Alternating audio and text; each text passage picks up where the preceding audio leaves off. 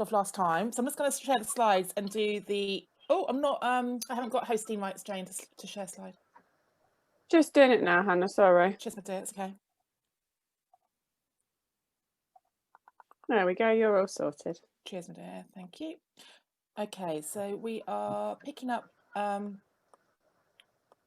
part 2 of being well, staying resilient. And I think we focused last time really on the kind of well-being side of it, whereas today we're going to focus more on the mental health and the resilience side of it.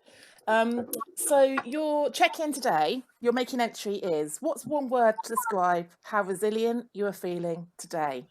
Can you please go to that menti.com link and put in that code and think of one word? I asked you to do one number last time. How resilient are we collectively feeling today? 10 being unbreakable or unstoppable, 1 being you need to be scooped up off the floor.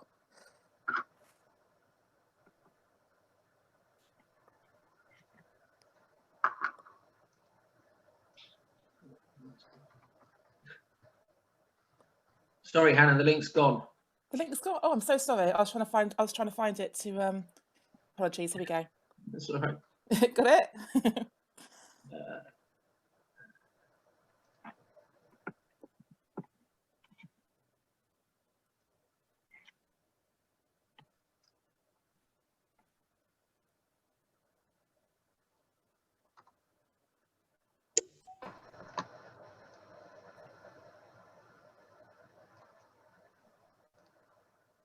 So I hope you've all got that number down. I'm just going to find the too many tabs open in my head today, which is part of my problem. Okay, some interesting words coming up here.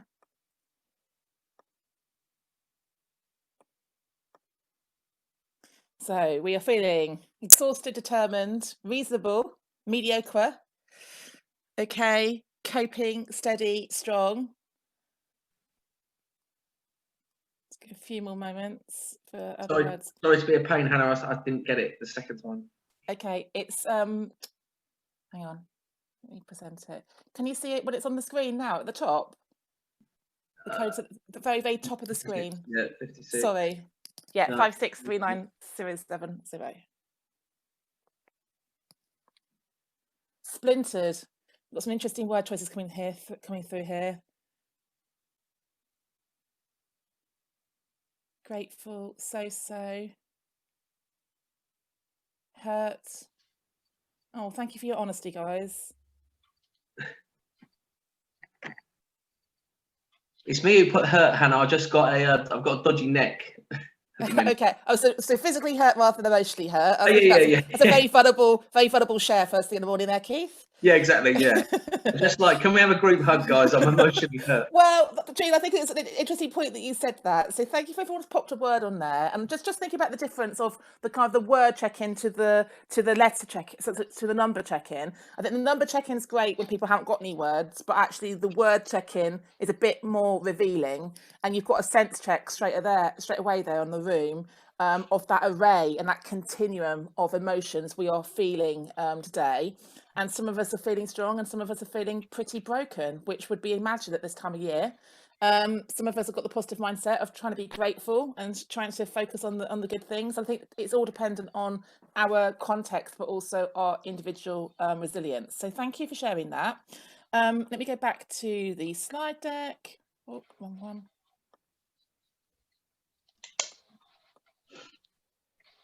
Okay, so last time you had me and Buki, and apologies, a few people have said that the audio's not worked on Buki's slides, so I will re-upload them. I think it hadn't pulled through to the recording. Today's contribution is from Adrian Bethune, and I've got a recorded session from him, and I'll do the same thing. I'll give you both sets of slides from them, so you can then use them as part of your CPD internally for your own trainees. So just going back to our learning outcomes, we touched on all of them last time, but I think we kind of went deeper into some of them. So today I'm really going to be focusing on the leading in uncertainty and how we deal with change. I'm also going to give you a chance to go into breakout rooms and think about your action plans and think about what changes are you going to kind of keep in challenge moving forward. And just give yourself a bit of headspace really to share some best practice and to get yourself sort of planning for the new year and the next term. So on the Jamboard from last time, rather than create a new one, I have added 3 new boards. So if I copy that link into the chat, can we go to board 4? And can everyone just capture a post-it for what is one action you have taken as a consequence of being here last time? So let's try and celebrate the fact that we probably have all at least done one thing. So here is the link in the chat. So if you go on to here and go to the, I put a number on so we don't get confused. If you go onto the 4th board, please, just take a moment to do a post-it for one action you have done as a consequence of part 1.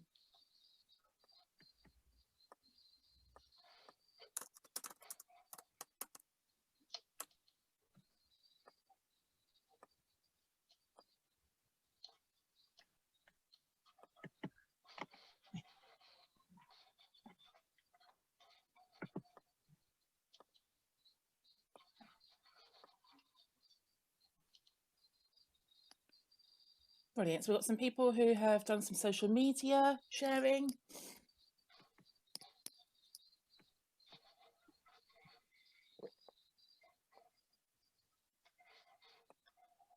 Done some socials, Zoom socials. Introduced Teacher 5 a Day. Fantastic. Buki will be happy to hear that. Gone back to your Ceph.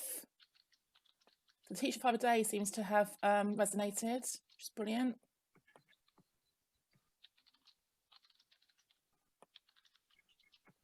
Got some patterns forming here already. Some socials. Who brought in a wellbeing speaker? Who did you bring in? Does someone want to share who they brought in as a speaker?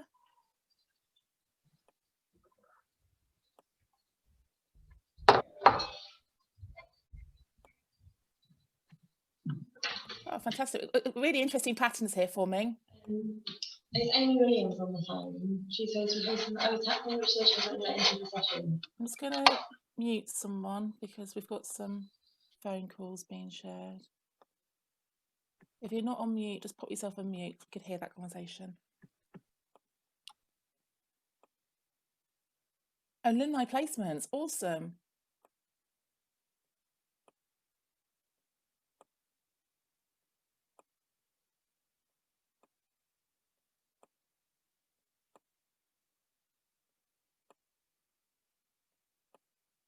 So many brilliant ideas there.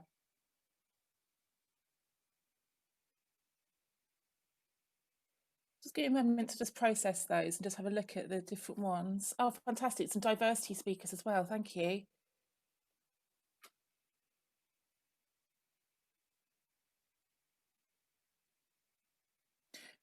Does anyone want to just share any reflections about the impact of any of those actions? Does anyone want to just unmute themselves and just share what you did and perhaps the impact of what you did with your trainees or with your team?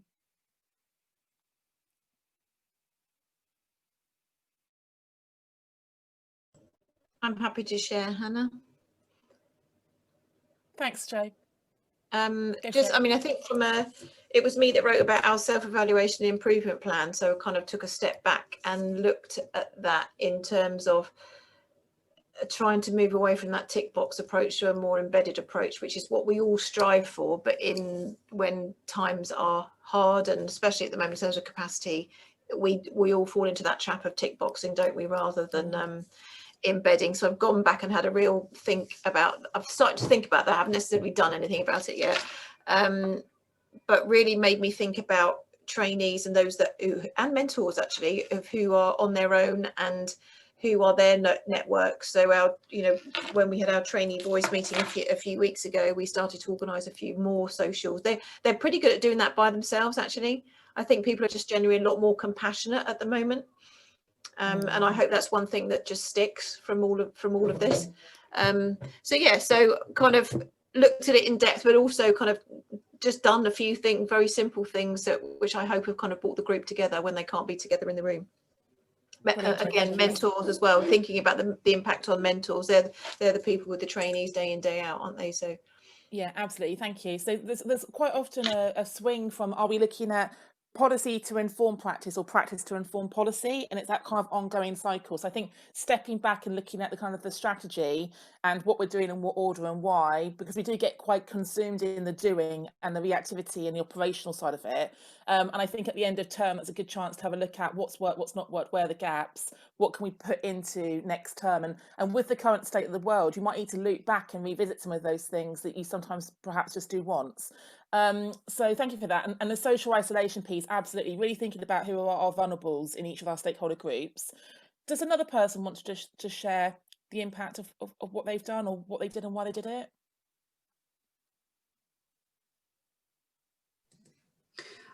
I mean, I think you gave us so many good ideas. Everybody shared so many great ideas last time. So, you know, I think I've got a 4-page list, which is rather. But I'm not gonna put that list on anybody else. But I think, you know, going back and thinking about, so I'm looking at our wellbeing policy and actually firmly putting protected characteristics in there as part of, you know, that vulnerable group, looking at LGBT. We booked the seminar for February, so Ellie Barnes is going to come in and speak. Amazing.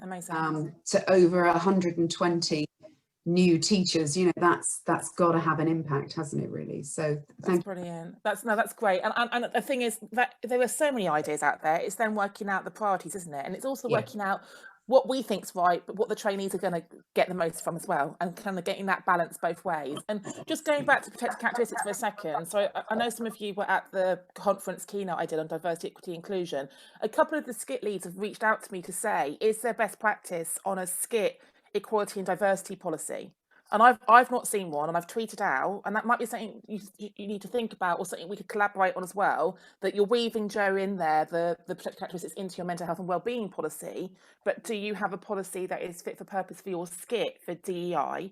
Because you might have a MAT one, or a Teaching School Alliance one, or a school one, but is it robust enough for what you want to do as ITTE? So sorry to add that to the list, but it just came up as a, Hannah, have you got one? I haven't got one, and I can't think what he's called, but I said to him, I'd happily do a Zoom with a group of people who are interested in sharing best practice, and I'm quite happy to be a critical friend and look at policies like that. So you've got my contact details, give me a shout. So thank you to Jo and Jo for sharing that. That's brilliant. So we'll keep that Jamboard alive throughout the session. We're going to go back to it twice again as we progress through. So change is obviously a big theme at the moment in the world, in the education system. And I think how we deal with change is really part of us as leaders, and us dealing with change, and then how we help our trainees and our other stakeholder groups deal with change as well. So just taking a moment, and I know like there's so much change you've been through this year, it's absolutely crazy, but just take a moment of reflection, thinking about the significant changes you have had to deal with this year at system level, at provider level, but also at a kind of an individual human being level. So I'm just going to give you a few moments of reflection of that one before we go into breakout rooms and unpick it and discuss it a little bit further. And feel free to pop them in the chat, or feel free to just drop them down on your own pad.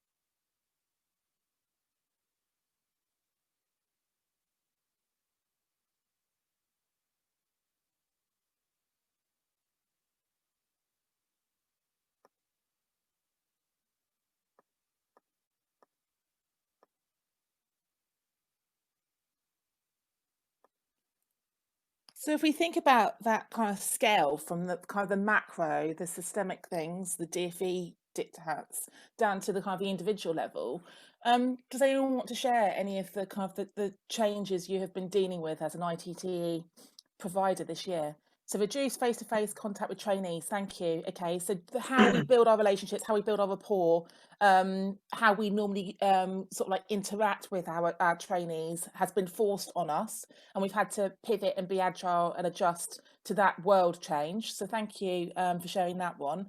Feel free to unmute yourself, or feel free to put them in the chat.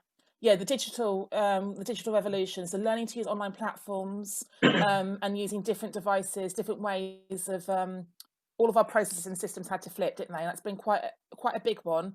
I think the ITTE trainees are probably much more technical savvy than we are, but I've definitely learned a lot more than I wanted to learn this year about technology. And I'm not a massively technical person.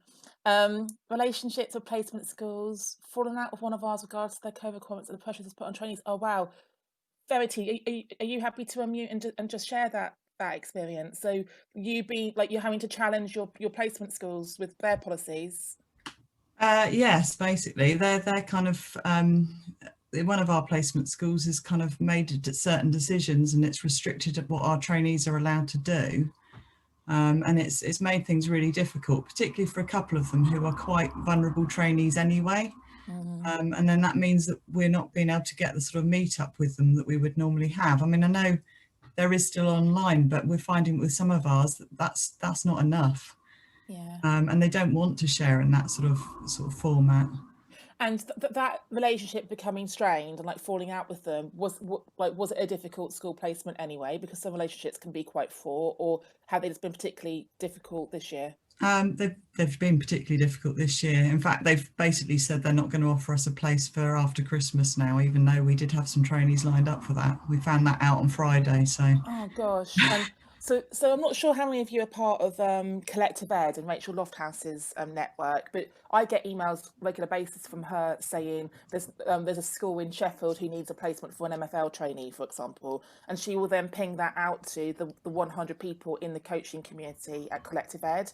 So I have seen a lot of tweets about people looking for placements as well. So do think about how to leverage the network, that if you are struggling with placements, feel free to tag me in on Twitter and LinkedIn. I know a lot of head teachers, but that is super stressful for them and for you. I mean the trainees rather than the school, this close to the end of term. So I'm sorry to hear that, Verity.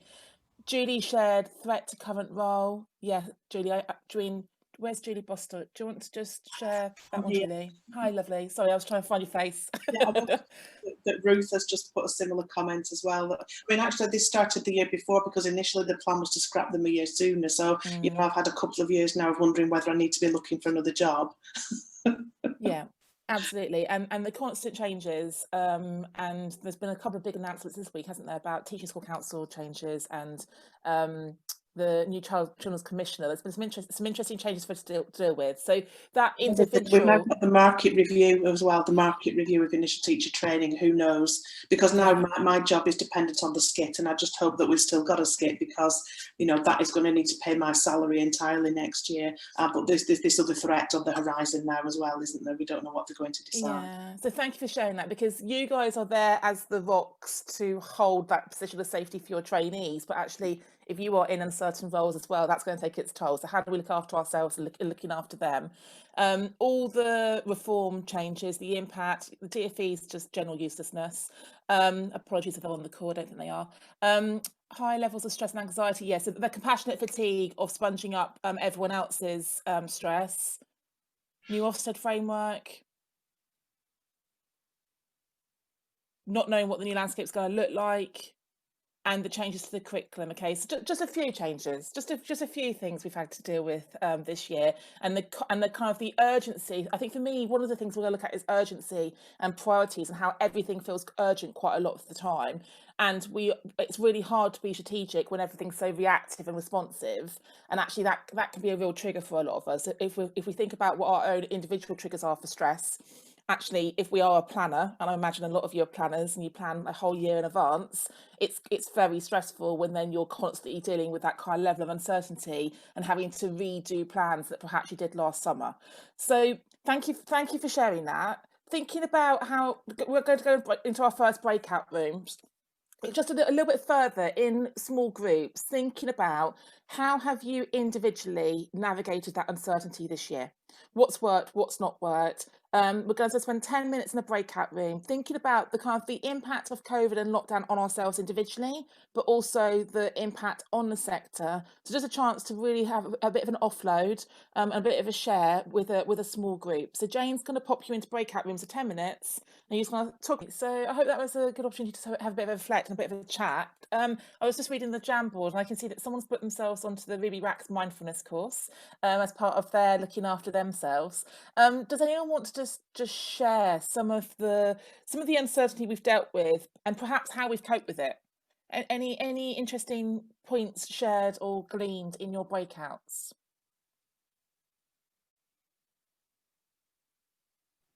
Yeah, Hannah, what we talked about was, there's lots of huge changes. The big sort of debate that we had was when we should have their second placement.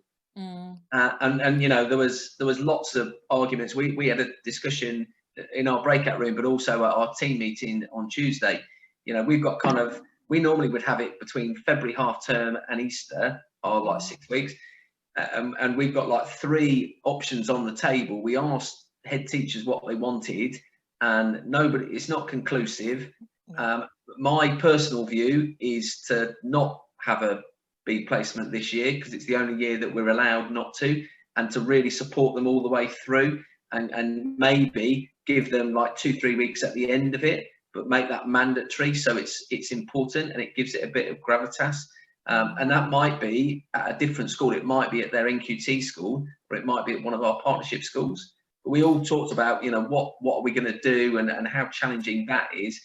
And coupled with that, it's all through a screen, and it's not with somebody, so you can't read those little nuances that happen with someone. So we had one a couple of weeks ago that something really triggered something with one of our trainees, and she was in floods of tears in a breakout room. One of the other trainees contacted me and said, she's not great. But if I was in the room with them, you could see that. You could take them outside, you could have a cup of tea, you could calm them down, chat through stuff. But this you can't. It's just so impersonal. Yeah, absolutely. So thank you, Keith, for sharing that. So number one, what I'm hearing is it's impossible to find a best fit, and it's impossible to make a decision that pleases everyone, and who ultimately makes that decision, because you're gonna annoy someone, but you need to make the decision that's best for your cohort of trainees, I guess. So, and that's quite a big responsibility, isn't it? The accountability of those decisions and the fallout of those decisions. And absolutely, number two, the social cues, and the fact that you just can't pick up on the body language or the facial expressions sometimes. And that's great that you've got the kind of the buddy system going, but then even then, all people want is a hug half the time, and you can't go and sit next to them and just give them a bit of human contact. So thank you, Keith, for sharing that. Does anyone else want? I can see Joe's put a comment in. Yeah, the exhaustion. Joe, do you want to speak to that? The kind of the compassionate fatigue that's kicking in for you all. Yeah, I just think that, we don't actually take time to think of the longer term impact. We've been adapting since March. And I think it's brilliant in education, because it's top down, isn't it? You need to do this. We just respond to messages or policy, and there's nothing in place for us in terms of support structure. We just keep dealing with it. And I think, we've done absolutely brilliantly for our trainees, all skits and organizations training, and it's I think we just need some time now. We need to reflect and think, okay, what have we learnt, what can we streamline, what can we improve, because there's lots of positive things. I mean, I'm not disagreeing with Keith at all, but I think there have been lots of benefits with online training, and I get what you're saying about, sometimes they just need a hug, but actually it's improved our communication with our mentors. So in some senses, it's actually improved our relationships, because it's given more opportunities. But again, we need to think now, okay, what are the best practice bits? What's going to work moving forward? Yeah, I agree, Joe. I mean, we've changed our interview process, and that's streamlined it. Doing it like this is much quicker. It's much more efficient. We've changed our meeting process, so we haven't got people from 20 odd schools coming to our school to do a meeting and stuff, and people getting stuck in traffic. So we just do that via like Teams or Zoom, and that worked brilliantly, and we could get a bigger cohort of people at that meetings. We don't have to have a massive room. So yeah, I think there has been real benefits. And we'll think about, absolutely. There's some things that have been more effective and more efficient, and there's some things that have been detrimental. And just thinking about Joe's comment there about stakeholder groups, like for people we knew already, like our mentors and our tutors and our teams, we knew how they were as their kind of equilibrium state pre-summer. So we know if they're off colour, we know if their behaviour is a bit erratic. And I'm definitely seeing in my network a lot of trauma surfacing at the moment and a lot of behaviour becoming quite erratic because people are knackered and their guards are down. But for our trainees, we don't necessarily know what their default setting is. We only know them in this world. So we haven't got a baseline to compare it to. And I think that's an interesting thing to consider, that we've got a perception of someone through a screen. And actually, when things do resume to normal, if they resume to normal next year, you're almost going to be meeting a different person. So I think that's an interesting thing to think about, what we're comparing them to. Should we take one more reflection? Is there another person or another group? Did anything different come up in any other rooms? Is anyone dealing with sort of like staff fallout?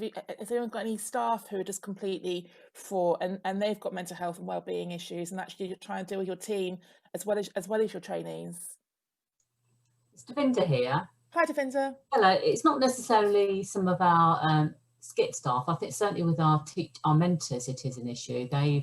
I've had ITT coordinators email me saying that they've never seen their staff in tears, not because of the teacher training, because of everything that's going on, and we're trying to do our best to support your trainees. So I think staff in schools have tried their very best to support our trainees, and I think they're very tired, and we've allowed them flexibility. I've been saying, well, don't worry if you can't do an observation this week, don't worry about this. And I think it's trying to support staff when they don't know which bubble is not in school, etc. The timetable changes have been frequent in some placement, and they've been hugely varied in terms of when our trainees actually see groups. So I think there's been, again, because we've got a good relationship with the school, ITT coordinators constantly emailing us, but I think there have been, just exhaustion from our school colleagues as well, doing their very best to support all our trainees and taking on the placements, which are all, everybody's placed as well. So I think it's been tough. And I think, again, I would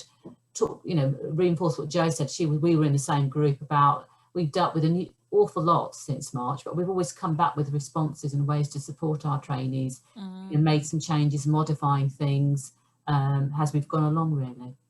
Thank you, Devinda. And it makes, I was doing a session yesterday about time and energy management, and I think time's the big one, isn't it? Time is the biggest pressure.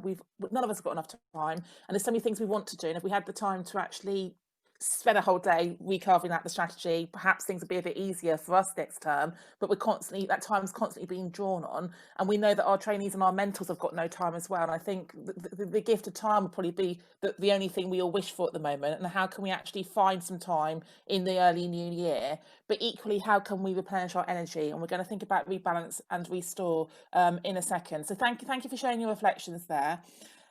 So thinking about this idea of leading through uncertainty, I'm sure lots of you have been involved in the delivery of the MPQs as well. And one of the MPQ modules I used to always lead on was the leading through change, or the leading in uncertainty module. And there's some interesting leadership models and theories to think about.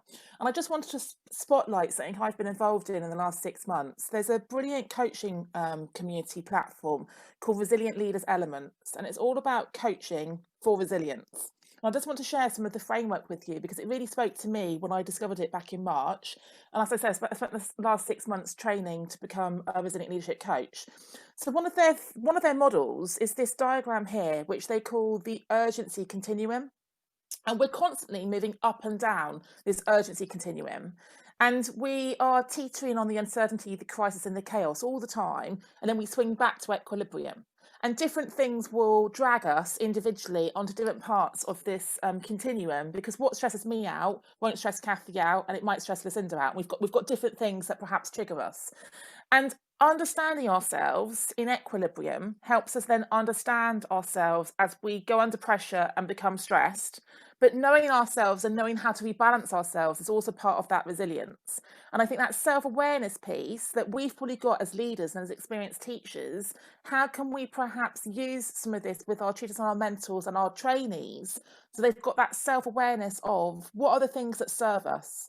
Because when we get stressed, the things that tend to go are our diet and our physical health and our sleep and they're the things that actually serve us. So how can we kind of like focus on who are we at our best, and what are the things we need to then maintain as good habits when things begin to get stressful, because they are the things we need to hold on to rather than the things we let go.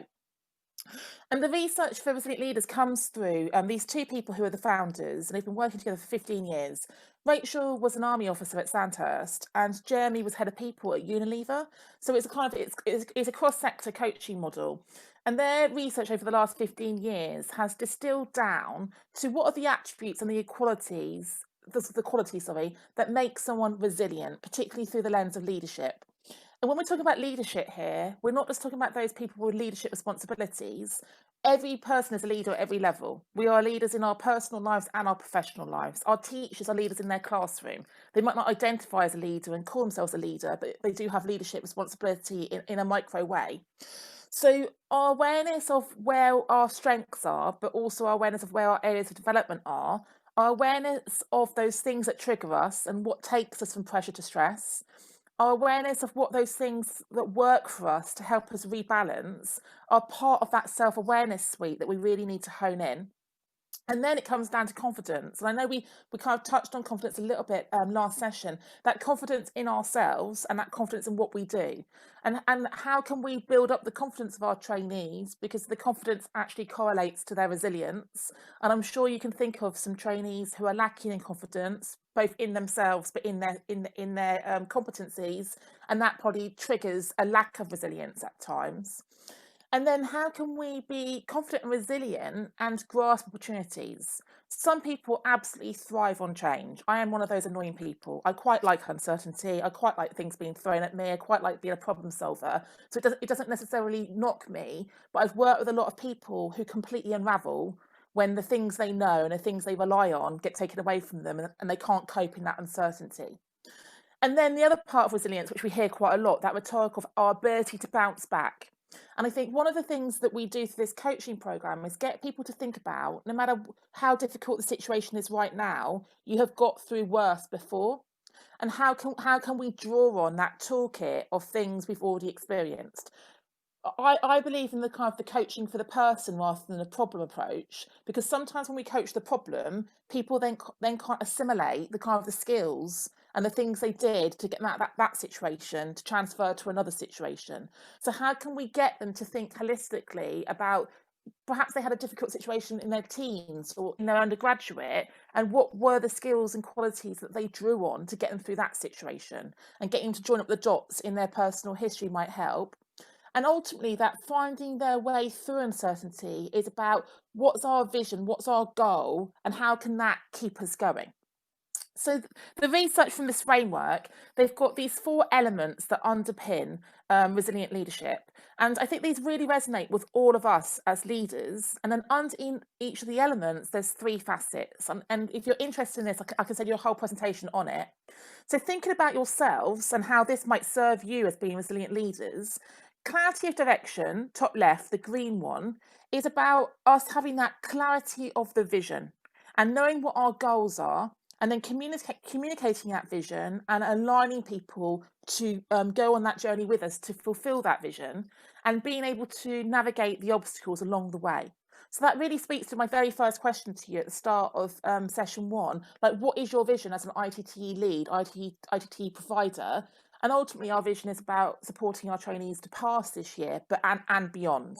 But perhaps tap into your trainees and what's their vision, because that helps them get a little bit of clarity about the journey they're on. Top right, the yellow one, is about awareness. And under awareness, the facets are awareness of self, awareness of others, and awareness of the environment. And how can we show that appreciation for difference and for diversity? And how can we understand that different people are motivated in different ways? And what motivates me to get out of bed is different to what motivates you to get out of bed. And how can we be aware of, and I know we're acutely aware of this at the moment, those marketplace changes, okay? So how can we be responsive to those things that change around us? Because some people are head down in their schools, cracking on with their day job, but actually we need to be aware of the systemic stuff. And I know you guys all are acutely aware of that because of the roles you do. Leadership presence, the bottom right, it's all about our authenticity and our values and our ethics, and how we are in service of other people, and how we engage people in that collective responsibility and that distributed leadership. And from my personal experience, when my well-being has suffered, it's because my values have been compromised, or I have found myself in an ethical conflict with somebody where the things that I believe in that are really, really important are the things that are being compromised, and that's impacted me in a negative way or detrimental way. And I think that piece of that really thinking with our teams and our trainees about what their values and their ethics are and understanding themselves might help them understand the things that then trigger them. And then the fourth one, resilient decision making, is our ability to make those robust decisions. And I think going back to Keith's point a second ago about finding that best practice about the best time to do a second placement, we have different ways of making decisions, but how can we draw on the kind of the evidence, the evaluation, the impact to inform our decisions? So we've got the kind of the evidence there to give the gravitas to the decisions we're making. But the last bit of that blue box, I think, is really key. How are we considering the impact of the decisions we're making? If we think about spheres of influence, every decision we make creates a ripple effect. And how big is that ripple effect going to be? And who's going to be caught up in the ripples that come out of each decision we make? But how can we also vary the pace and style of that decision making to take people with us? So I just wanted to share that as the kind of a way that I look at resilience, because everyone talks about resilience all the time and we get lots of lovely definitions about it, but how do we actually flex resilience? How do we build it? How do we develop it? And how do we draw on it? Let me just come out for a second, and I'm interested to hear what resonated there. Like, has anyone seen a model like that before, or has anyone got any comments about that, the four lenses on what it means to be a resilient leader? Did it resonate? I've got a few nods. I just thought it'd be something that would be really good to use with the trainees as well, to get them to stop and reflect in the way that we probably just have. Yeah, absolutely, Helen, because I think going back to carving out time, carving out reflection time, and I think what I like about it is you get the 4 elements and the 12 facets, and it gives people a common language or a shared language to actually deconstruct some of these things with, because rather than just grappling with the top idea, the kind of the layer idea of resilience, it gives people a way to break it down. Around values being compromised, yes, Joe. Okay, so I think that's definitely something that some of your trainees won't necessarily know their values right now, and they'll know who they are as a human, but they're finding their way as a teacher, and there'll be things that jar them in the classroom or jar them in their school, and helping them navigate that and find that language, I think, is part of their journey. Joe's saying, Joe, do you want to speak to that or not? Joe? Which Joe is that? Yeah, so Joe, you've put in about the ethics and the values being compromised. Yeah, that really resonated with me, because I had a difficult conversation with the leader. I'll be incredibly diplomatic here, with multi-academy trust leader, which left me, you know, when you have that stinging behind the eyes, yeah, in their office, and it was me, and I went to challenge her, but in a very, very nice way, because I felt that she knows that I don't make a fuss unless it's something I passionately believe in, and it was a decision that was really challenging my ethics and my morals, and I hadn't really thought about that until you just said that. Always my stress trigger. That was, if there's one thing that's going to make me cry and lose sleep, it's when I feel that my ethics and my values have been challenged. And now you've said that, I realize that. Yeah, absolutely, Joe. And it wasn't until I started having coaching as a deputy head when I was quite unhappy in the school I was in, and I couldn't work out why I was unfulfilled. I was working really hard, I was doing really well, but something was jarring me, and I couldn't quite get to the bottom of it. And it was through coaching that my coach, it was Viv Grant, she actually helped me surface, like, what was it that was being compromised? And then when I could begin to articulate it, it helped me process my emotional state, because I could externalize it. So I think that's why I think coaching is a really important facet. And just to share an anecdote, I'm sure lots of you see things like this on Twitter all the time. I saw a trainee from a university provider on Twitter. She's a geographer from the West Midlands, and she put a tweet out in the week about the most horrific experience she's having on her placement, about how she's been treated by her mentor, by her school. Like, it was just a toxic situation. And she was asking for help and advice, and she literally had like 30 people, including me, like jump on and just say this is completely unacceptable. Please ring your PGC provider and ask for an alternative placement. But we've got those trainees who really do feel like they don't know what to do, they don't know where to go. And I think perhaps universities are a bit more detached from skits because they've got bigger cohorts.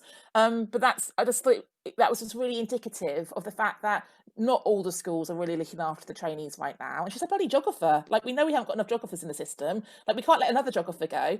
So it's just an interesting thread to see all the advice that came through. So thank you for the comments on that. I've got a bit more to think about with this idea of resilient leadership. So thinking about that urgency continuum, like being really mindful about how we rebalance. So just take a moment to think about you as an individual. I bet you're all working around the clock, 24/7, all your boundaries have bled, you're being very, very reactive, responsive, and you're probably very accessible. What are you doing to look after yourself? What are the things that serve you? And I asked a question in this session yesterday about like, how often do we think about the things that boost our energy and the things that drain our energy? And how can we amplify the things that boost us, and how can we mitigate the things that drain us? And how can we be really intentional about building in those things to our working day and our working weeks that serve us? So I had a group of operations staff on the call, and they all feel guilty when they go for a walk for 10 minutes at lunchtime because they know the stuff they could be doing in those 10 minutes. But we unpack the fact that just by going for a walk for 10 or 15 minutes and getting green time rather than screen time, they will be more productive and higher performing in the afternoon. And it's their lunch break. They shouldn't feel guilty about going for a walk. So I'm sure you guys are carrying that guilt, that the job's never done. There's always things you can do. But one of my strategies is building in pause points. And for every hour block in my diary, I only allow a meeting to be 45 minutes. So I always have a 10-minute turnaround to go for a wee, have a cup of tea, take a deep breath, have a stretch. Because I'm sure a lot of you are pinging meeting with no turnaround time, no time to process. And you get to the end of the day and you're absolutely shot to pieces because you've got so many tabs open in your brain. So just building in those pause points and those breathing points and those 5 or 10-minute spots of no devices, no talking, your brain can just settle for a second. I think that's really important. And I think the unplug is coming up a lot because we are generally working from home and we are very device centric at the moment. Like, I literally get to the point where I turn all my TV off, my computer off, my phone off. I don't want to talk to anyone or hear from anyone. And I think that device shutdown is really important. And I would really encourage all of you to have a whole week over the Christmas holidays with no computer, with no email, because I know there'll be lots of things you'll need to do, but just to give your brain a break from all those blue lights, I think is really, really key. So just make sure that you're looking after yourselves and looking after the trainees, and that we're practicing what we preach, because you're probably doing a lot with them about what their strategies are, but make sure that you are looking after yourselves as well, please. So thinking about some other bits of the leadership theory, I'm sure you've seen this one before, the Rogers change curve. So thinking about how people respond to change. So thinking about your role as a strategic leader for your ICT provision and thinking about the stakeholder groups you need to take with you, we quite often get drawn into putting our time and attention to the people who aren't working with us. Okay, people look at this graph and I ask them, so if you were launching something new or you were generating new ideas, who do you need to get on side? And people look at the late majority or the laggards. But actually, if you focus your time and attention on those first 3 groups, the innovators, the early adopters, and the early majority, you get over 50% of your stakeholders following you. Okay, and actually putting your time and attention into the people who are with you rather than the people who aren't with you gets you a bigger effect size. So just be careful about being drawn into the laggards. Those couple of negative people, those couple of critical people can take up a lot of headspace and a lot of energy. If you focus on the warmer side of your audience, you're going to get more traction. So that was the first model I wanted to share. And that can be personified, okay? If you think about those people in your circles, in your networks, different people are embodying and personifying those different types. I'm sure you can think of straight away who the laggard in your life is, who the people who are the blockers to everything you come up with, and thinking about who are the people who are your champions, the people who kind of like get behind your ideas and support you. Thinking about who we spend our time and energy with as well, because the laggards will be the people who will drain us. and when you think about preserving our energy, spend less time with the laggards and spend more time with the early adopters and the early majority. This model, I'm sure you've seen before as well. So the Kubler-Ross change curve, she's actually a psychologist, a sociologist from the States, and she's done a lot of research into how human beings respond to grief and respond to bereavement. So this is called the change curve, and it's the emotional fallout of how we deal with change. But ultimately, you don't have to have lost a human being and to be grieving a bereavement. We have gone through a grief cycle since March. If we think about how much change we've had to deal with, how much loss we've had of our day-to-day existence and of the lives as we knew it, we have been on this change curve repeatedly on a loop since March. Okay, so if you think about going into lockdown in March, we were all in shock. Lots of people were in denial. People got very frustrated. By about sort of April, May, the low mood was kicking in. Then as we came into like June, people were beginning to embrace the fact that we can do this. We've got remote learning. We can flip at everything we're doing. And by the end of the summer term, we got to the point where we had assimilated. But then we started again in September, and we went back into the shock cycle. So we've basically been on an emotional roller coaster for almost 9 months now. So when I think it was Joe mentioning kind of like the after effects, the impact of what we've been through this year, I think we're going to be seeing the shock factor of this for another 12 to 18 months, really. We don't even know the trauma that some people are going through or what's going to surface in the future. So I think being really mindful of this emotional curve we're constantly on and how we're feeling and how other people are feeling and how it's not a linear journey for us all is also something just to consider. And here's the personification of that. Okay, if we think about the different types of people we have been dealing with this year, we've got the people who are in denial and just carry on like their lives were the same. We've got the people who've got very, very angry and they're not emotionally regulating, and we're having to pacify them all the time. We've got the people who are bargaining or negotiating, or it's all about their terms and what works for them. We've got the depression, so the poor mental health, the kind of the mental ill health kicking in, and then we've got the people who've just accepted it and are cracking on. Okay, so thinking about how we can group the individuals in our training groups, in our mental groups, in our tutor groups, and thinking about how we can personalise them and support to meet their needs on this emotional fallout of change might be a way of thinking about not everyone responds to change in the same way. And then thinking about how we're going to think in a minute in the breakout room about like which changes are we going to hold on to and which changes are we going to get rid of. There's some research that shows that 76% of change projects don't get sustained. Okay, so if we think about any change we make in a school leadership point of view, in a strategic point of view, we tend to put a lot of time and energy, attention into the initiation. If you think about something that someone's running in the school you work at, it's all about the fanfare, it's all about the big launch, it's all about the big presentations. Everyone knows what we're doing and why we're doing it. And a lot of time and attention goes into the initiation. And then that pilot or that strategy goes into implementation, but it's not been piloted, it's not been reviewed, it's not had chance to recalibrate. So then it fails to go into the institutionalization. So 76% of the change projects we see in schools never get institutionalized and never get embedded. So I think that's a really interesting thing to reflect on. The changes that you have initiated this year that you want to sustain, how have you planned for them to be sustained? How have you planned for them to go from implementation stage into embedment? Because ultimately, some of those changes you do want to hold on to, and because they might have felt like they were changes for now rather than changes for the future, the traction might have been different. Some people working with you might have cracked on with it because they have to and not because they truly believe in it. And some of that foundation work might not be there to really make the change last. So when we think about succession planning and we think about legacy building, Fullan and Boyle, Canadian school improvement researchers, we really need to think about stage 2 and stage 3. How can we convert our change projects into really making sure they are embedded in what we do?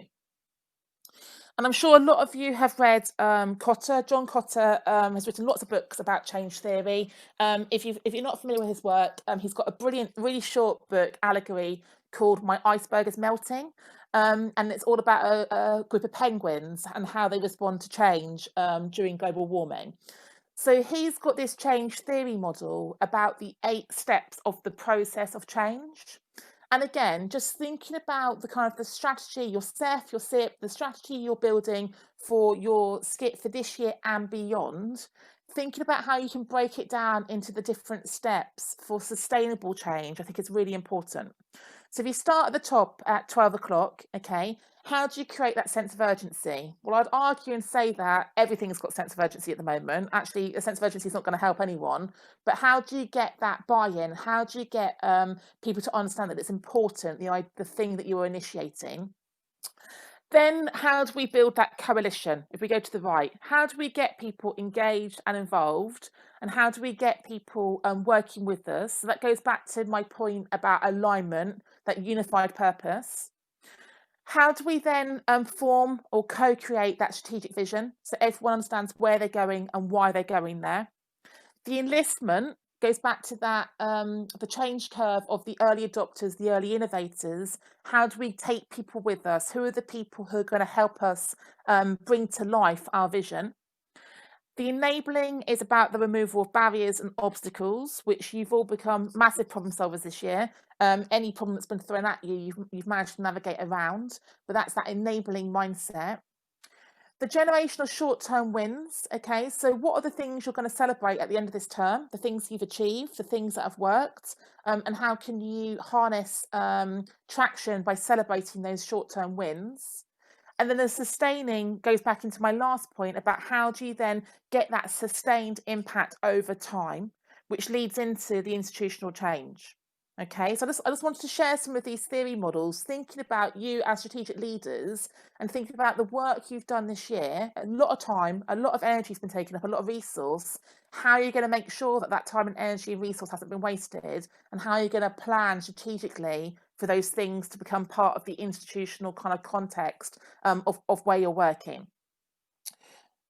So I want you to now go back into breakout rooms and just really show your reflections on some of that change theory, and perhaps just consider from the changes that you have initiated this term, what are those changes you're going to keep, which you're going to bin, which are you challenging, and which might you change?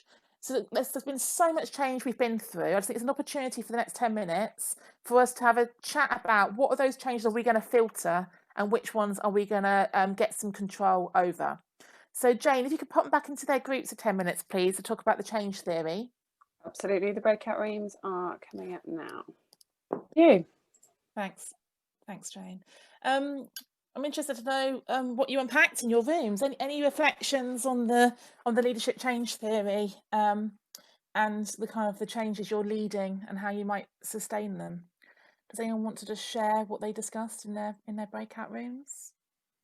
It's Davinda. Yeah, there's a couple of changes that I think have worked well, and I think one of them has already been mentioned a couple of times by colleagues. Is the the mentor training online, rather than people having to rush after work. I think that's worked quite well, and as a result of it, this year we've done some optional webinars, which we've had about 20 people join on a twilight. So that's been good. So I think that way of working, I think, suits colleagues in terms of them being able to get to training, and the fact that it's recorded as well, I think, supports them. Also, when lockdown happened in March, there was a really good spreadsheet. I can't remember who the originator was doing the rounds with all this online learning, CPD, had all those resources on it. We obviously developed it a bit further, we added it to it and identified some more subjects stuff as well. So that's been really good, and we've used some of that spreadsheet on our course this year. And we're going to use that as part of our SKEs, because SKEs with the government unclear about where the funding's going at the moment. So we're interviewing, we're making offers, and we're saying you will have to do an SKE, but it might be an in-house SKE that we put together because of lockdown, how they could develop. And there's some really good free courses out there. So that's really going to help us, and that's helping one or two of our trainees who perhaps need some additional support and subject knowledge. So that's definitely something we're going to keep. We also revamped our PGCE because it was lesson study. It was too much emphasis on the mentor having to work with a trainee, and obviously that's not really going to work with COVID time. So we've revamped the subject assignment to be a much more subject-based assignment as well. So I think those are changes we definitely want to keep, and I think we'd had quite discussion about recruitment. I think for us as an organisation, we would want to go back to face-to-face recruitment, even though we try to make our online recruitment more rigorous. In fact, it's very time consuming. So I think we get them to do teach. I think that's something we want to go back to. Thank you, Defender. That's really helpful. So thinking about the kind of the time efficiencies, the energy efficiencies, but also the engagement. And I know that mentors were the group that were most disgruntled when I was running the PGCE, because they had to come to us for a whole day, and some of them travelled miles. So I think thinking about the blended approach and which bits are you going to keep online, which bits have we gained from that's really useful. Thank you. Does somebody else want to just share what they talked about in their room?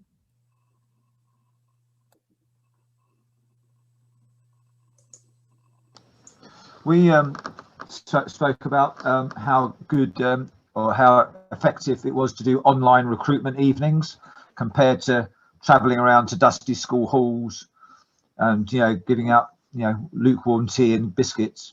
How they can be much more targeted and much more interesting. Several of us said that, we're bringing in more people involved in them. I use trainees and recent trainees in mind, so it's not a monologue. And the conversion rate from attendance at a Zoom evening to actual applications is much higher than it used to be in the school hall model, and much better for the environment. Thank you, David. So a combination of what you said and what Defender said, perhaps using the virtual for the marketing and the kind of the hook, but then the face-to-face for the actual interviews might be a nice kind of complement as well, and save you guys time and energy, because I'm sure you guys do a lot of late night evenings and traveling around as well, and it's about preserving your own energy levels as well. So thank you, David. Any other comments or things to share, reflections?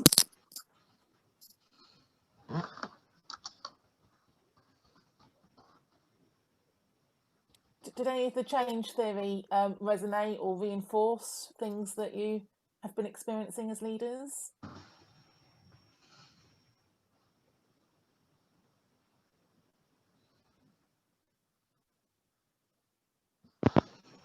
Or are we just all ready for a coffee? Okay, let's go to our coffee break. If we could take 15 minutes, we'll start back at, what's that, 10:38. So if you get back here by 10:35, we'll start by 10:38. So go and get yourself a cup of tea or coffee, and I'll see you in 15 minutes. Thank you very much. Virus. And there is a lot that is completely out of our control, such as whether we will get a vaccine in the next 3 months. That is completely out of our control. So it's concerning for us because we want to be safe, but the only thing we can control is say our hand hygiene, the distance we keep from people, and whether we wear a mask or things. And what Stephen Covey's kind of research shows is that when we spend too long in our circle of concern, which is really about paying attention to the things that deplete us and deflate us, we end up feeling powerless. We feel like we have no agency, no control, and we end up in a situation of learned helplessness. So yeah, we feel like stuff needs to be done for us because we have no control. What Stephen Covey argues is that we need to spend most of our time in our circle of control and our circle of influence.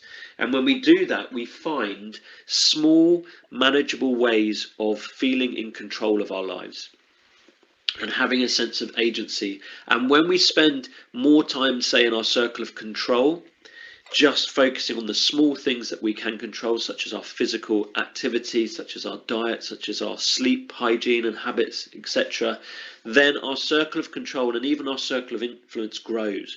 We become more adept at knowing where to invest time and energy because, there's the chance that we can control and influence other areas of our lives.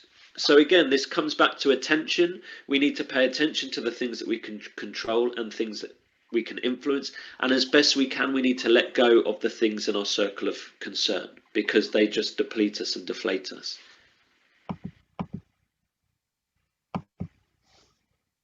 Which reminds me of a novel experiment in the 1970s, which actually took place in care homes in America.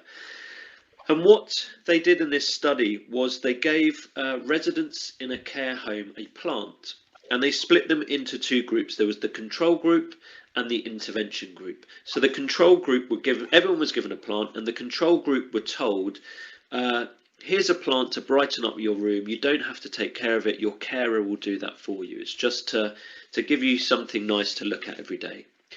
The intervention group were told, here's a plant. It is your plant. You need to take care of it. You need to water it. You need to feed it.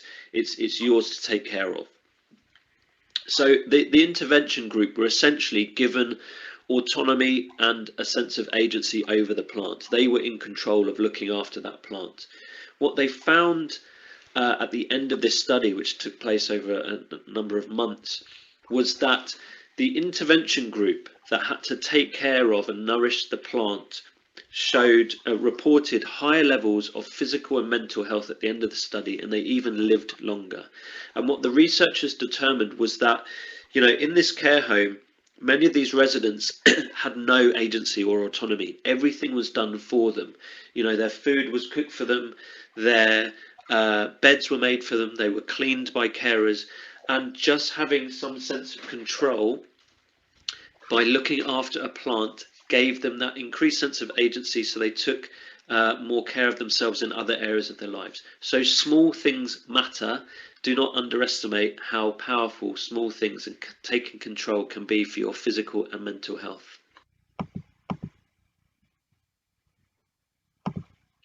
So a final reflection is a question I have asked myself many times during my 10-year teaching career. And it's this one: if this was your last year in teaching, what would you do differently? And the reason I found this quite a powerful question to reflect on is, you know, I think it was probably year 2 or year 3 of my teaching career. I was thinking about quitting teaching. I'd kind of had enough. It felt too stressful. It didn't feel manageable, and I was thinking about doing something else. And I kind of said to myself, sod this. This is going to be my last year. And I started to do things differently. I thought, if I'm going to leave at the end of this year, then I'm not going to do this, this and this, and instead I'm going to do this, this and this. And I just started to make small changes in my classroom practice. And then, surprise, surprise, at the end of the year, because I had started to take more control, I'd, you know, increased my sense of agency. I started to focus on the things that really mattered to me and my class. By the end of that year, I felt so much better about teaching, and I didn't leave teaching, and I carried on. But what it taught me was that, you know, like I said earlier, I had more control than I thought I did.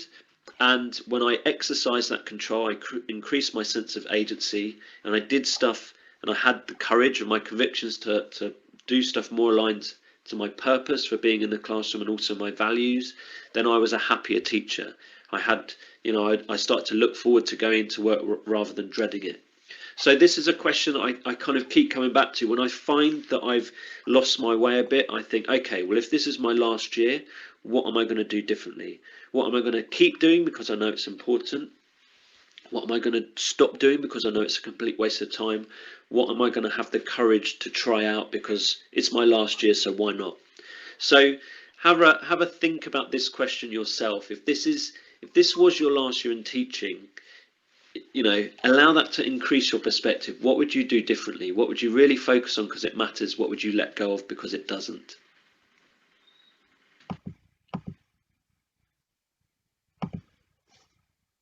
So to sum up this short talk on perspective and agency, it's really important that we pay attention to the things that nourish us and withdraw our attention from the things that deplete us. Remember that your happiness depends on what you pay attention to.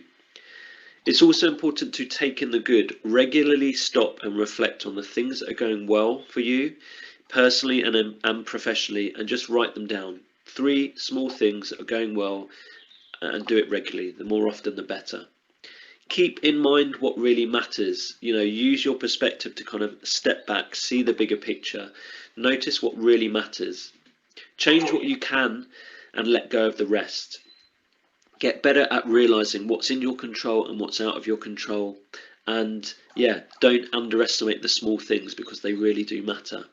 And finally, life is short. Make the most of your teaching career. If this was your last year in teaching, what would you have the courage to do differently?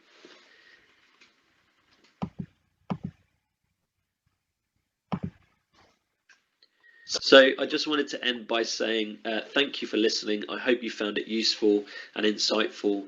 You can find more from me on my website, which is teachhappy.co.uk.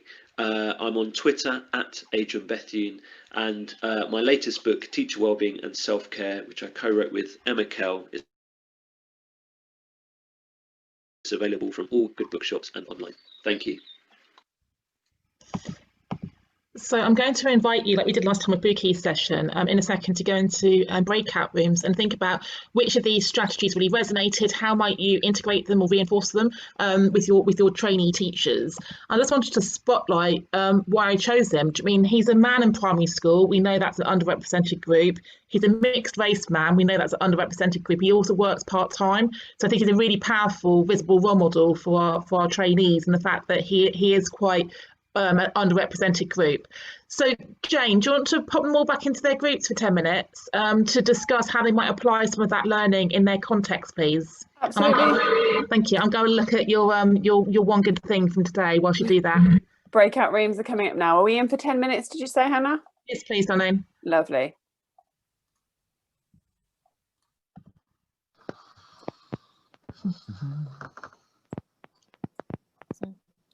One group's deep in conversation still, are they? They are indeed. 10 seconds and then they'll be back with us.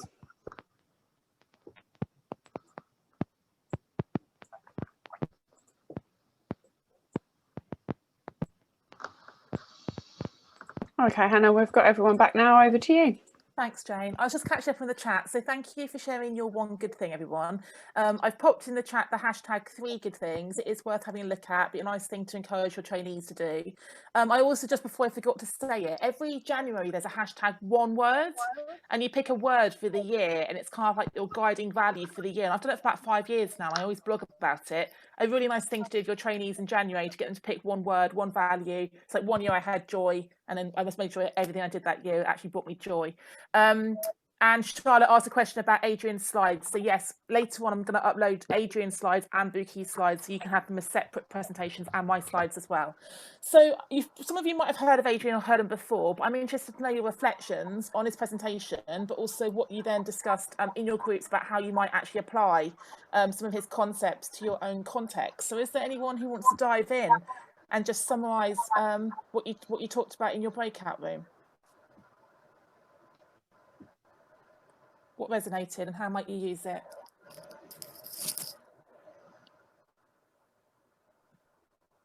Hannah, what we said was the 3 things that you've done well in a day. Yeah, I thought that was fabulous, particularly as they're constantly beating themselves up. They might have had some negative feedback about a lesson that they've taught. So whilst he was talking, I was emailing my colleague, because we do training notices on a Friday. So I was getting that to be put on there, 3 things that you've done well at the end of each day. I think it's a really nice thing to have. And then in our group, we talked about different ways we sort of monitor how the trainees are getting on. And one thing that I took from a different provider, which I thought was fabulous, is on a Thursday to get the trainees they reflect on their week. But the bit that I'm going to take is they submit a little cartoon character that represents how they've been. So are they happy? Are they angry? Are they frustrated? I thought that was so simple, but really impactful. Yeah, brilliant. So just some really simple, quick wins, some quick strategies that you can use, but also you can share, and it becomes part of those daily habits, those weekly habits. So thank you for that, Keith. Does someone else want to jump in and share what they discussed in their room?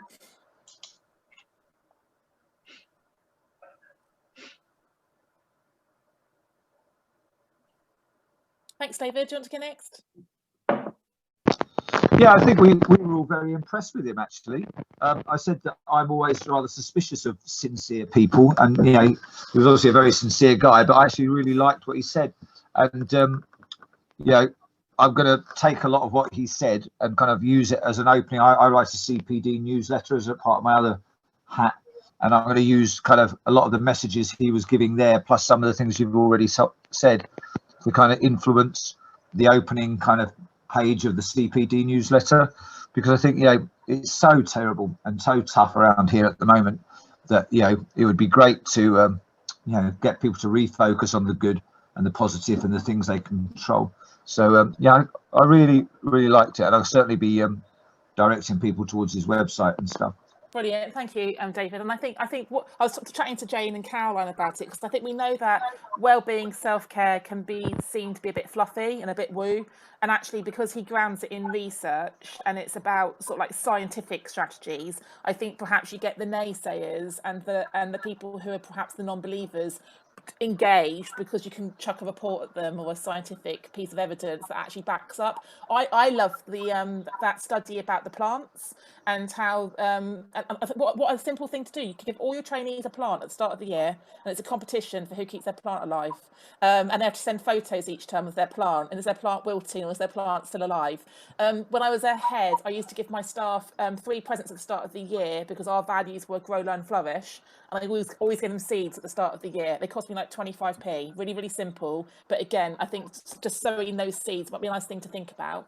So thank you, Keith. Thank you, David. Any other reflections or thoughts that you teased out from what he shared?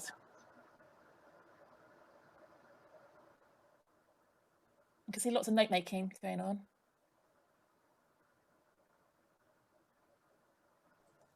I just want to say I think it was absolutely brilliant.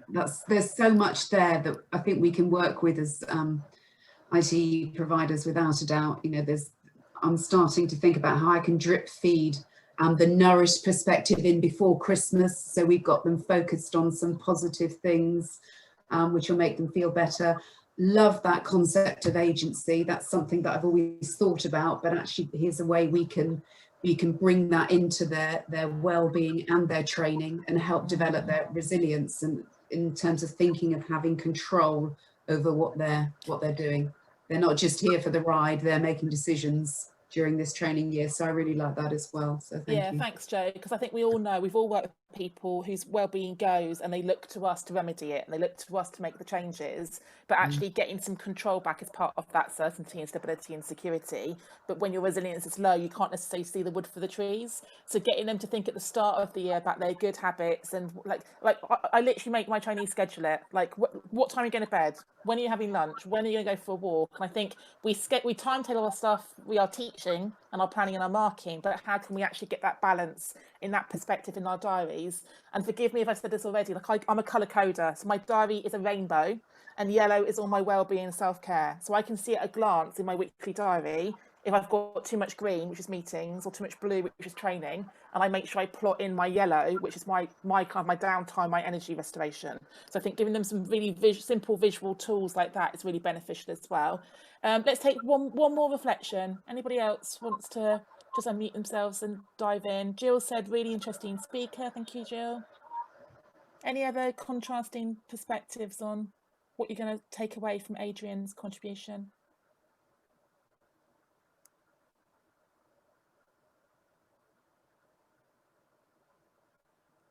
No, okay, I'll go back to the slides. Are you there, Mo? Do you want to jump in? I'm in. Why did somebody want me to jump in? Oh no, you suddenly flashed yellow, so I thought you were unmuting to talk. Oh no, obviously I'm one of your well-being moments if I flashed yellow. Indeed you are, Mo. Thank you very much. You made me smile. And Charlotte's going to take away the 3 good things. So thank you, Charlotte, for that. I was just saying to Jane that rather than have another break, I'm going to get you all to finish early, and then you can have 10 minutes in your diary or 15 minutes to go for a walk or have a break in a second. So if we could go back to the Jamboard, I've actually put in an extra Jamboard. If you go to board 5, you'll see that I've changed the title. And I want us to think about, like we talked about how we could apply the Teacher 5 a day.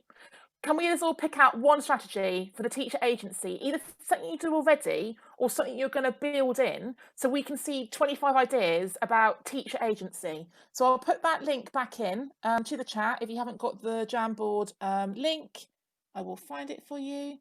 Just going to do another post-it about how you're going to embed that teacher agency. Here we go, if you missed it earlier on.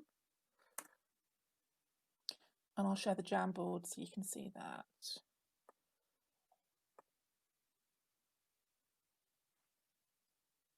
Have we gone? Too many tabs open today.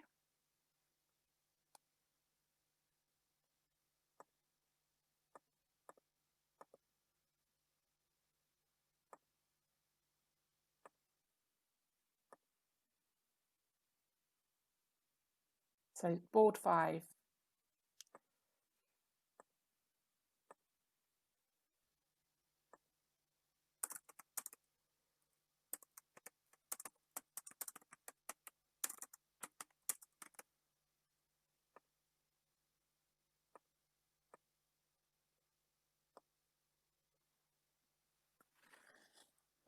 So I just put on there about buying everyone a plant, discrete training on resilience. Yeah, I forgot to say about positive thinking. So Adrian's heavily involved in positive education, the international positive education movement, positive psychology. So that's again where his research comes from. He's a bit of a mover and a shaker when it comes to mindfulness as well.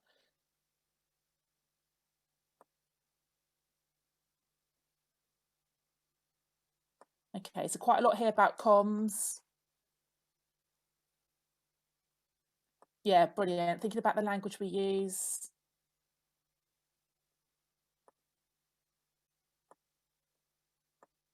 So the 3 good things has definitely resonated. So you got your teach for 5 a day, your 3 good things, really simple formats.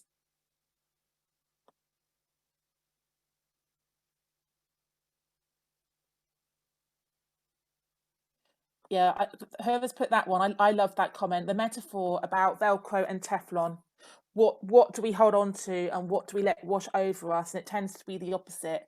So how can we really get them to think about the Teflon and the Velcro things in our lives?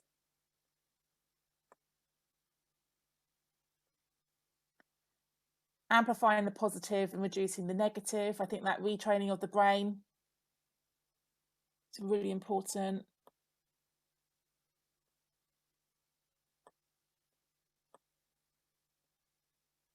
Yeah, the miserable posts, absolutely. How can we drown out the negative? There's I always forget what it's called. There's a newspaper, a digital newspaper called Happy News, I think it is, and someone who just collates all the positive news and puts it out once a week rather than reading the doom and gloom in the rags. Look for joy. Okay, fab. So lots of lovely ideas here. Yeah, the circles of control. I thought that might resonate as well, about really encouraging them to think about what's actually within their control. So I'll just leave that there in case you haven't got your idea there yet. And as I say, you're going to get the Jamboard at the end anyway. Let me go back to the slide deck.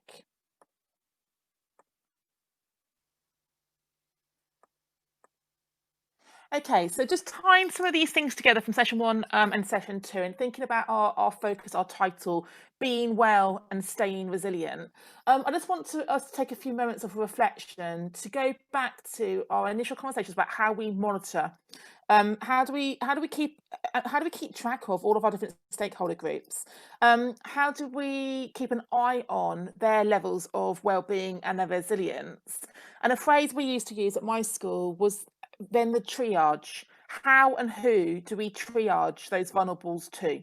So if we're thinking about who's excelling, who's thriving, who's surviving, who's struggling, and who's perhaps slipping into that crisis point, just take a few moments to really collate your thoughts on this, about those different stakeholder groups and how we triage when they become a bit needier and need a bit of additional support.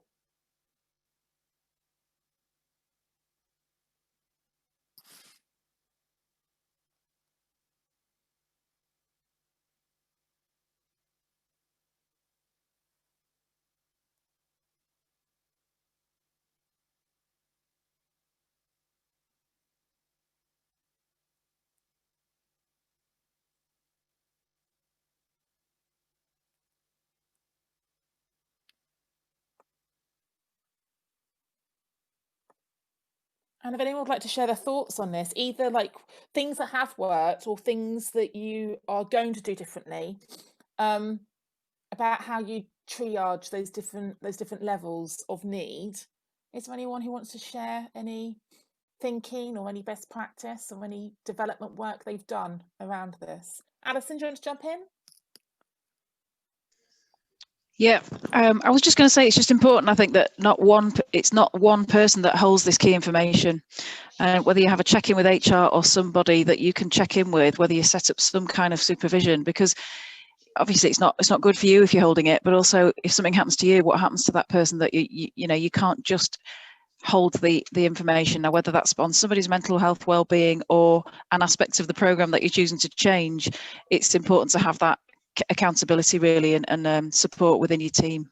Absolutely, Alison. Collective responsibility, shared burden, and I mentioned supervision last time. Like, making sure that you've all got your safeguarding and mental health and wellbeing training, but making sure that you've got someone to offload to as well. And it might be that you just buddy up and pair up with people who you've met through this network, and 2 skip directors can supervise each other. It's just having somewhere to park some of that burden and thinking about how you can decompress at the end of this really long term, this really long year, so you're not carrying all that emotional tax and that emotional burden into your family time and your personal time when you need to be restoring over Christmas. I think is absolutely key. So thank you, Alison, for that. Any other thoughts or comments about the triaging and the kind of the process you go through?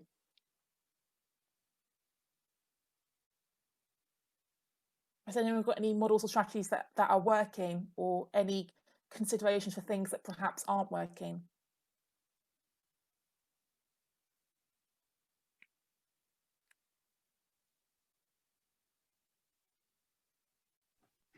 Hi, Claire. Hi. With trainees, I think it's about just, you know, having that availability of having a one-to-one discussion. So there's some time set aside to have that, because often, you know, as many of us know, you can nip something in the bud if there's a particular worry about something that can be fixed quickly. If it's something that you can't fix, if it's something to do with, you know, personal life, etc., actually sometimes just that trainee being able to articulate and just share, that's enough. But there's then an opportunity to signpost what other kind of possibilities there might be, and who it might be useful to share that information with, and giving the trainee the ownership of that, and that it's not our decision, it's about what they would like to do. Absolutely, Claire, thank you. It's making me think about when I was a teacher, we had posters up in every classroom, book, buddy, boss. That you don't just go straight to the boss for every question, every answer. You go to your book first, you go to your buddy second, and then you go to the boss. And how can you guys put in those buffers that it's not everyone coming to you all the time? And what are those layers of support? And I'm not sure whether you've got an established system of like buddying them up, so they've got a well-being buddy or a teacher buddy. But when I was doing this coaching program for the last 6 months, there was 12 of us in the group, and they buddied us up with the most unlikely buddy. Like I got this 60-year-old woman in the States. We're on different time zones. She used to be the COO at Disney. Like, we were so different. She has become a lifelong friend. Like, I speak to her every week. And I think actually, because we are programmed so differently, we have helped each other navigate the uncertainty of this year in a very different way. And I've learned from her and she's learned from me. So thinking about how you can put that buffer in and perhaps forge some criticality and some autonomy and some agency for your trainees. And maybe it's a volunteer thing, like who wants a buddy, who wants to be a buddy, and you pair them up. I did it as a head department. I had colour buddies and I had wellbeing buddies within my team. So just thinking about how you can initiate these things that might take a bit of work to get set up, but might actually reduce your emotional toil once they're actually working, might be another strategy. Any final thoughts before I go back into the deck?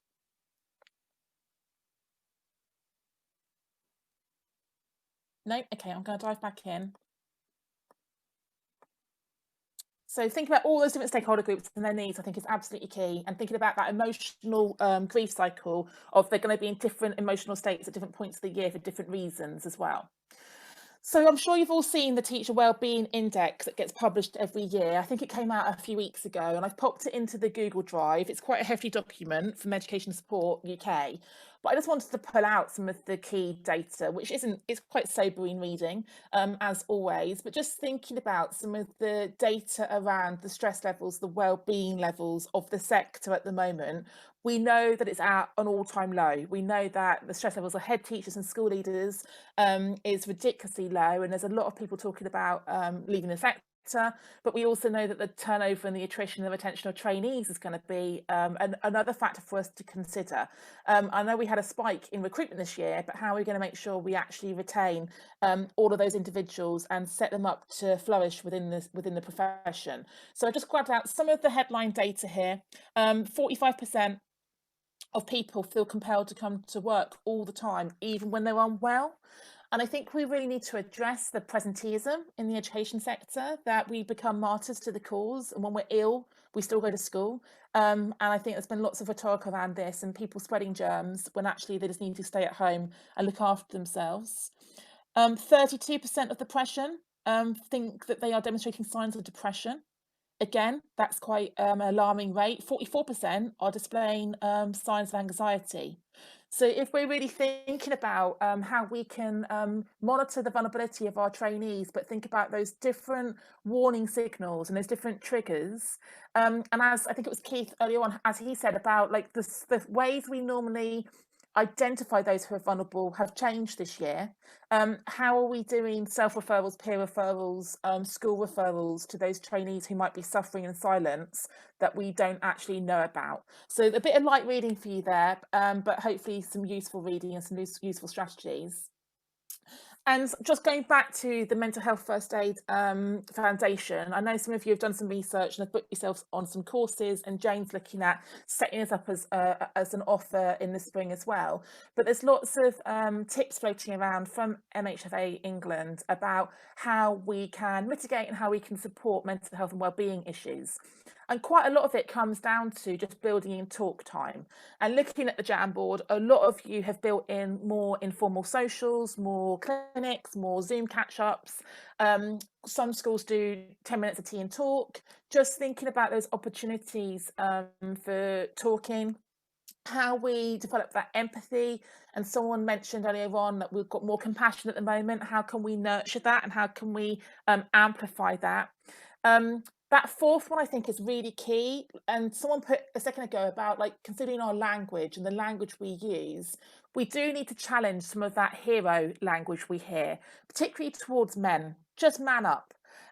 We can't like tell people to pull themselves together and to dig deep. And actually, if we are seeing signs of vulnerability and well-being issues, we need to take them seriously, not brush them aside, because that might be that one opportunity that person has to share their concerns. And I think that fifth one is an interesting one, going back to my diversity, equity, inclusion input last time, thinking about different cultural differences and how different people from different backgrounds, different races, different cultures, how they might articulate mental health and wellbeing issues, and how there's actually quite a lot of stigma in some cultural groups, particularly around mental health and wellbeing. So I spent most of my career teaching in South London in predominantly Black schools, a lot of Black Caribbean, Black British and Black African children. And I know that inclusion and SEND and mental health, there was a real stigma when it came to the Black community. And I had to very carefully manage some of the mental health and wellbeing concerns with some of my Black teenagers, because I knew that that could almost ostracize them with their families. So I think considering the intersectionality of mental health and wellbeing and diversity within our cohorts is also something we need to be really, really mindful of, because how we say things and how we deal with things needs to be personalised to people from different backgrounds. Last session, I used the phrase suicide ideation, and it wasn't a phrase that everyone was familiar with. So I just included 2 slides here on suicide. I'm not a specialist on suicide whatsoever. I have listened to talks because we had a couple of vulnerable young people at my school, and then I had a vulnerable young man on my training course last year.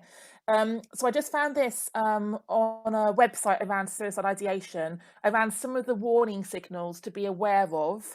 And when we've got people with mental health and wellbeing concerns, it's thinking about that continuum of how anxious and how significant is the manifestation of that anxiety, and how frequent or how consistent are some of those triggers. So I thought the first one's a quite obvious one, like when people are talking about hopelessness, that negativity, that pessimism kicks in. But going back to my point earlier, that someone who is presenting this year as a negative individual, a negative trainee, you don't know whether they are by default a negative person normally, or whether they're just feeling negative this year. So thinking about how you can triangulate that information might be key. We won't necessarily know number 2 about someone making a will, but if you've got friendship groups within your ITT group, there might be some erratic behaviours. That what is the triage for peers, sort of like letting you know that they've got significant concerns about one of their friends. The reckless behaviour is one that comes up quite a lot. Again, it's quite hard for you to monitor this virtually. I had a couple of lads who were drinking far too heavily, taking some recreational drugs. How can we keep an eye on that kind of behaviour outside of the provision? And we know that alcoholism is on the increase this year. I think it's the year for record sales of alcohol. And how can we have conversations around alcohol intake as part of our mental health and our well-being provision as well? Avoiding social interactions. So a trigger might just be, for example, that you've got someone who never puts their camera on a Zoom call. They're not engaging socially with anybody, and that could be a warning signal. The fifth one, that kind of emotional dysregulation, someone who is angry all the time, or someone who is displaying sort of like that intent to harm themselves or harm others. And then the sixth one, you probably would see that visual appearance of anxiety, that agitation. You can see physically and facially and linguistically that they are displaying signals that are perhaps warning signals for you. So that is just 6 things to look out for. And thinking about your mental health and wellbeing policy, how do you then identify that and triage that, and who is responsible for perhaps referring that on? And when I was looking at suicide advice and kind of like strategies for support, I wasn't aware that every September there is a World Suicide Prevention Day. So we make quite a lot of noise in October about World Mental Health Day, and we make quite a lot of noise in early March about the Children's Mental Health Week. But perhaps it's an opportunity for you next September at the start of the course to kind of like spotlight mental health and wellbeing, and just signpost out your internal support mechanisms, but also those external. And I can see on the Jamboard, for one of the actions you've taken since last time, someone's signposted out the mental health and wellbeing support mechanism you've got across your teaching school, across your map. So that might just be a date to put in your diary as another kind of like world national date to signpost out. And some of the data here, again, we need to be aware that men are 3 times more likely to die by suicide than women. There's some really interesting research about gender and suicide in particular, that men tend to take their lives in a more physical way, in a more finite way, that women might take pills but not take enough pills and then they get resuscitated, whereas men are more likely to hang themselves, for example. So sorry to bring the mood down on a Thursday morning, but we do need to be particularly mindful of men, young men, isolated men, gay men, black men who fall into particularly marginalised groups. And although last year the suicide rates dropped slightly, we know that mental health and wellbeing this year has increased. So it might be something just to watch out for moving forwards. I signposted for you last time some well-being books. So this time I'm signposting some mental health books for people who I know and who I follow on social media, just to signpost out to you. So Natasha Devon is very vocal. She was the mental health advisor to the DfE until she fell out with them. She is brilliant on social media. She does a podcast, and her book, The A to Z of Mental Health and Wellbeing, is just very pragmatic. She's very candid, bit Marmite, but I think she's quite entertaining. James Hollansley is a primary school head teacher. He does quite a lot around male mental health in particular. So he published a book, I think it was last year or the year before, looking at mental health and wellbeing in schools. Dr. Pookie Knight-Smith is one of the gurus. If she's not on your radar, please do find her and follow her. She is a patron for the Charlie Waller Memorial Trust, who are one of the big charities around mental health and wellbeing and suicide in particular. She does loads of Facebook Lives. She blogs and tweets and gives very freely. And I'm not sure if she still does it, but she used to do a mental health book club that you could sign up for. And then you could once a month join a discussion about a mental health book. And then the last one, Amy Sayer, her book is being published in the spring. I think it's in March. She is someone who blogs and shares her own journey with mental health. And her book is a very practical book around strategies for supporting teachers with mental health in schools. So you'll get these on the slides, but just 4 more books potentially for your CPD library there. So what I wanted to do as we head towards the end of the session, I can see there's some comments coming through. I'll have a look at those in a second. The fourth outcome for this two-part training session was thinking about our action plans. So I wanted to give us some time in our rooms, and we're going to go for 15 minutes this time, please, Jane, to think about how are we going to carry forward and disseminate and strategize some of the things we've talked about in these two sessions. And I know Jo said she's got a 4-page list. So what might our priorities become in the short, medium and long term? So in our breakout rooms, 15 minutes just to share our thinking, share our to-do lists, perhaps get a bit of critical feedback on what are you going to do in spring 1, the spring term, the summer term, ready for September. Just beginning to think about that strategic leadership of mental health and wellbeing as ITTE leads.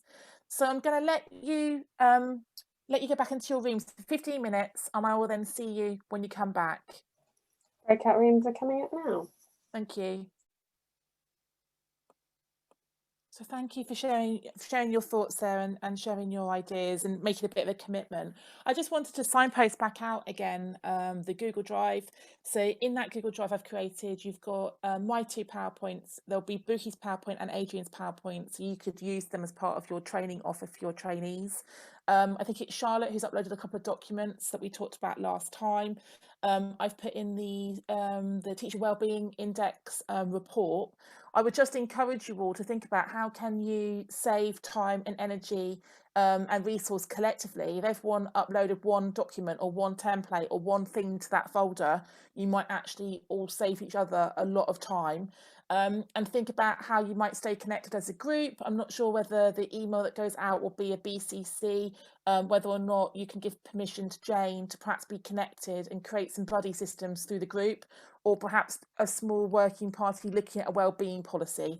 Let's think about how we can kind of collaborate and reduce some of our workload. So I make that just before 20 past. So you've got 10 minutes golden time. You're very welcome to go and hide in your office and shut the door and pretend you're still in a training session, or to go for a walk and get some fresh air. I'm going to stay here until 12:30. So if there's anyone who wants to have a chat or run anything past me or discuss anything, please feel free to do so. But otherwise, it's been absolutely lovely to meet you all and to work with you all. Please just stay in touch. You've got my email. Give me a shout if you want me to help you signpost to anything. I'm always happy to do so. So please feel free to give us a wave and log out, or unmute yourself and shout out anything you want to talk about or ask. Helen, you clapping or you high-fiving me? Thank you. Thank you for your lovely message earlier on as well. I thought you disappeared. Cheers, darling. Merry Christmas, everyone. Yes, sorry, it's December. Merry Christmas. Any questions? I'm here if anyone wants to ask me anything. Hannah, I've put in the chat. Well, first of all, thank you for this session and the previous session, both fabulous. I've put in the chat that I'm happy to stay connected. I think that would be really good to sort of share resources and stuff. And I don't know how, I've not looked at the Google Drive, but I don't know how it's sort of sectioned into different areas. But if it was in different areas, then we could maybe upload different things, because I suppose the worst thing when you do share and collaborate is that everybody puts on the same thing. So we've got like 20 odd versions of the same thing. Good point, Keith. And I know, like Jane, like I just created that Google Drive, but you might want to create a NASBIT Google Drive. Well, I know you're talking about the microsite. So let me, you tell people how you want to do that bit rather than me. Can I just ask as well, from a GDPR perspective, obviously, if you are happy for me to share your details along with all the resources that we'll be sending out shortly, please, if you could just pop it in the chat, because obviously from a GDPR perspective, I should not be sharing your details unless you give me consent to do so. So if you could do that, that would be great. I put my email address in there, Jane's. That's my consent. Wonderful, thank you, Jo. Thanks, Jo. That I'm your one good thing today. That's a lovely comment, Jo Sellers. Thank you very much. Absolutely. Thank you. And thank you. Any other comments or questions? Hannah, is this training that we've done, is this certificated, or is it just like... No, it's just me doing a brain download, I'm afraid. So no, I've just done a lot of training in this space, and it's just me imparting what I know. I don't, but the only accredited training I know would be through the Mental Health First Aid team or Place to Be. do accredited training, but I think it's more student facing rather than trainee facing. Yeah. That could be something, Jane, for us to think about in the future. We're going, for my diversity programme, we're going through ILM to get it accredited at the moment. It's just a bit of a paperwork, jumping through hoops kind of series. So good question, Keith. Good question. I mean, the place to be, I think it is that I'm doing that at the minute, but it is student facing. Yeah. But it might be something to say to them about, like, can they do something adult facing? That we don't think there's anything, I'm not aware of anything specific to trainee teachers. So I think that's something we can request to the system, isn't it? That who can actually do an accredited pathway for this. Yeah. I just think, particularly this year, but I just think it's a huge thing considering the trainees. I mean, I always, at our induction, I always say to them, this is going to be the hardest year of your life. And I make no bones about that, because it really is. I did my degree, I did a 4-year teaching degree. So mine was spread out, but theirs is very intense in that sort of 10 months. So it is really difficult. So, yeah, I think if there was maybe something that would be really useful for them. And I think ultimately with the trainees you're working with, they are going to be resilient because they don't even know what they've been through this year, because they know no different. But I think their NQT is going to be tricky, isn't it? And actually it's how you can hold the schools to account for the support they might need next year is part of that 3-year plan for you all as well, isn't it? Any other comments or questions from the room? Anything you want to throw out there, reconnecting and collaborating? It's a sort of a different thing. Obviously, you've been in different breakout rooms, and there's different people that you've sort of listened to and come up with some really good ideas. It would be nice to, I've put in the chat that I'm happy to share my details. So it would be nice if other people did that, and then you could email different people and say, "Oh, it was really nice in breakout room, blah." That document that you were talking about, would you mind sharing that, or can we have a phone call about how you do this? Once we've collated, so we've asked people to give consent. I've just asked Caroline to hold off sending all the resources yet, so we'll go through the chat. Those people that have given consent, we will all include, so you can see the email addresses and you can start those conversations and take it obviously however you want to. So we'll facilitate that aspect of it for you. That's brilliant. Thanks, Jane. That's really, really great. Yeah, really helpful, because it's that you've all got your teams, but it can be quite an isolated role, and actually how you can form some working groups and actually work on some of these things together, like the policy. Really, it's one policy which you just put your own logos on, isn't it? Like change the names in it, and actually how can we actually minimise how much duplication you're all making in your own skip contexts? Yeah. Is that what you're thinking, Jo, as well? Yeah, and I saw Keith at our last course, and he shared his wellbeing booklet that actually we've implemented this year. So thanks, Keith. You helped us a lot. That's all right. There you go. Pay it forward. Yeah, definitely. I just think sorry, Keith. No, you go. No, I was just going to say we're in the process of doing our policy, so we've actually got a bit further on the line. So, and I know I've stolen some other resources, magpied from other people that have shared the different things. So happy to share when we can. In terms of sharing though, do we need to, I know someone shared that perfectionist paragraph, which I've already shared with one trainee. Do we need to put anyone's name or anything in terms of? That's a good point, because some of it might need to be anonymised. Like, I just put my name onto the files I uploaded, so you knew who it was. It might be that you want to say that you put your name in your email at the bottom, so we know where it's come from, so at least you can follow it up. So I could stick something in there, read the protocols. Absolutely, that's not an issue. Yes, I don't want it to appear somewhere and go, oh, how did they find out? No, it's a really good point. So how can we anchor it? And when you were just speaking then, Jo, I was just thinking, I'm all about economies of scale. And actually, how can you guys work together to actually broker, like, if, for example, you all wanted to now put Adrian in, if Keith rang Adrian and said, right, 10 of the skits want you to repeat the same presentation 10 times, can we negotiate a reduced rate? Like, I think there's definitely some power in how you guys, and that's how I work. Like, I'm all about, like, dwindling down what we pay for stuff. And once it's planned once, duplicating it's quite easy. So I'd think about how you can harness that connectivity across the group as well. So with him, will his contact details be shared? Yeah, I'm going. So I'm going to upload. So Buki and Adrian's slides will be in the Google Drive, and they've both got a contact page on there. You can, like, we've paid them a minimal fee to contribute today, so their slides are there for you to use. I don't mind you using them with this year's cohort, but if you could then like pay them to come and do it live in the future rather than us take the mick out of their goodwill. Yeah, and will the audio be there as well? Yeah, apparently there was an issue. So Caroline, I couldn't get to it. I don't know what's going on with that, Joe. So I think because I've embedded their slides into my slides and then played them to you, I've got their PowerPoint separate, so I will upload them. I think sometimes you need to download it from Google into a PowerPoint and then the audio will play. You've probably tried to play it through Google and maybe that didn't work. Oh, okay. The other option is I've got a tech guy who looks after me. I'm crap at most tech things, and I could get him to put them onto my YouTube otherwise as videos with audios and show you the link. So let's see if we can get around it ourselves, and if not, I'll get Rich to sort it out. Yeah, I'll have a go at the PowerPoint thing as well, because I probably did do it in Google. I just didn't know if the sound files were on your computer, and I'll have a go. Yeah, no, the little sound files are on the actual PowerPoint, so download it and it should work for you. But I will check that in a second because Caroline emailed me last night.